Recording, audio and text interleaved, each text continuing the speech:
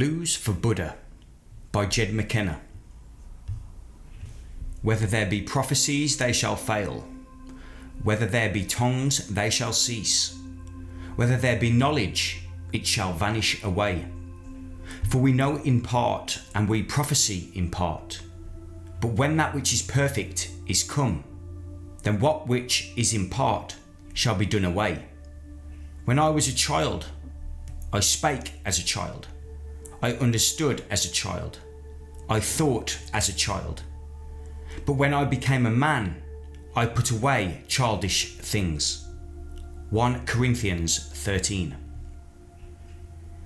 Being critical of Buddhism isn't easy.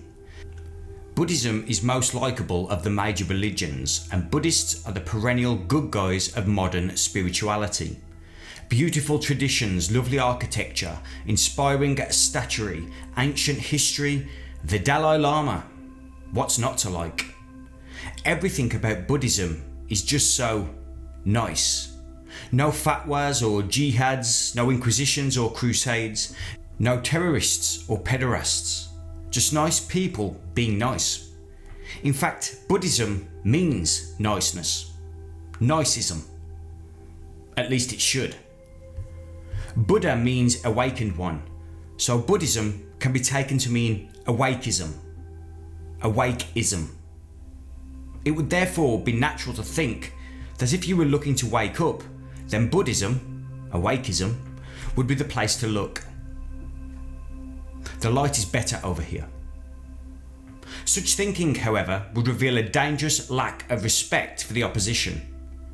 Maya, goddess of delusion, has been doing her job with supreme mastery since the first spark of self-awareness flickered in some monkey's brain box, and the idea that the neophyte truth seeker can just sign up with the Buddhists, read some books, embrace some new concepts and slam her to the mat would be a bit on the naive side, as billions of sincere but unsuccessful seekers over the last 25 centuries might grudgingly attest. On the other hand, why not? How'd this get so turned around? It's just truth. Shouldn't truth be like the simplest thing? Shouldn't someone who wants to find something as ubiquitous and unchanging as truth be able to do so? How can anyone manage to not find truth? And here's this venerable organisation supposedly dedicated to just that very thing, even named for it, and it's a total flop. So, what's the problem? Why doesn't Buddhism produce Buddhas? The problem arises from the fact that Buddhists, like everyone else, insist on reconciling the irreconcilable. They don't just want to awaken to the true, they also want to make sense of the untrue. They want to have their cake and eat it too, so they end up with nonsensical theories, divergent schools, sagacious double talk and zero Buddhas. Typical of their insistence on reconciling the irreconcilable is the Buddhist concepts of two truths. A poignant two-word joke they don't seem to get, and yet this sort of perversely irrational thinking is near the very heart of the failed search for truth. We don't want truth, we want a particular truth, one that doesn't threaten ego, one that doesn't exist. We insist on a truth that makes sense given what we know, not knowing that we know nothing. Nothing about Buddhism is more revealing than the Four Noble Truths, which, not being true, are of dubious nobility. They form the basis of Buddhism, so it's clear from the outset that the Buddhists have whipped up a proprietary version of truth, shaped more by market forces than any particular concern for the less consumer-friendly, albeit true, truth. Buddhism may be spiritually filling, even nourishing, but insofar as truth is concerned, it's the same old junk food in a different package. You can eat every day of your life and die exactly as awakened as the day you signed up. Bait and switch. Buddhism is a classic bait and switch operation. We're attracted by the enlightenment in the window, but as soon as we're in the door, they start steering us over to the compassion aisle. Buddhists could be honest and change their name to Compassionism. But who wants that? There's the rub. They can't get us in the door with compassion, and they can't deliver on the promise of enlightenment. It's not limited to compassion, of course. Their shelves are stocked with all sorts of goodies and enticements, practically anything anyone could ever want, with just the one rather notable exception.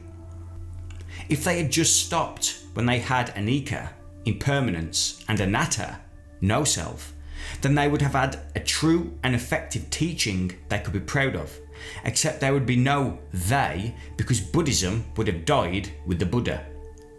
They'd have a great product, but no customers. This untruth in advertising is the kind of game you have to play if you want to stay successful in a business where the customer is always wrong.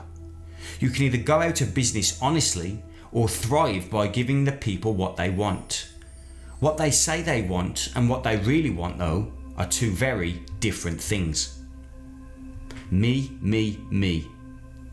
To the outside observer, much of Buddhist knowledge and practice seems focused on spiritual self-improvement. This, too, is hard to speak against except within the context of awakening from delusion. Then it's easy. There is no such thing as true self, so any pursuit geared towards its aggrandizement, betterment, upliftment, elevation, evolution, glorification, salvation, etc. is utter folly. How much more so any endeavour undertaken merely to increase one's own happiness or contentment, or, I'm embarrassed to just say it, bliss. Self is ego, and ego resides exclusively in the dream state. If you want to break free of the dream state, you must break free of self, not stroke it to make it purr or groom it for some imagined brighter future. Maya's House of Enlightenment. The trick with being critical of so esteemed and beloved an institution is not to get dragged down into the morass of details and debate. It's very simple. If Buddhism is about awakening, people should be waking up. If it's not about awakening, they should change the name. Of course, Buddhism isn't completely unique in resorting to shoddy marketing tactics. The same gulf between promise and performance is found in all systems of human spirituality. We're looking at it in Buddhism because that's where it's most pronounced. No disrespect to the Buddha is intended. If there was a Buddha and he was enlightened, then it's Buddhism that insults his memory, not healthy skepticism. Blame the naked emperor's retinue of lackeys and lickspittles, not the unbeguiled lad who merely states the obvious. Buddhism is arguably the most elevated of man's great belief systems. If you want to enjoy the many valuable benefits it has to offer, then I wouldn't presume to utter a syllable against it. But if you want to escape from the clutches of Maya, then I suggest you take a closer look at the serene face on all those golden statues and see if it isn't really hers.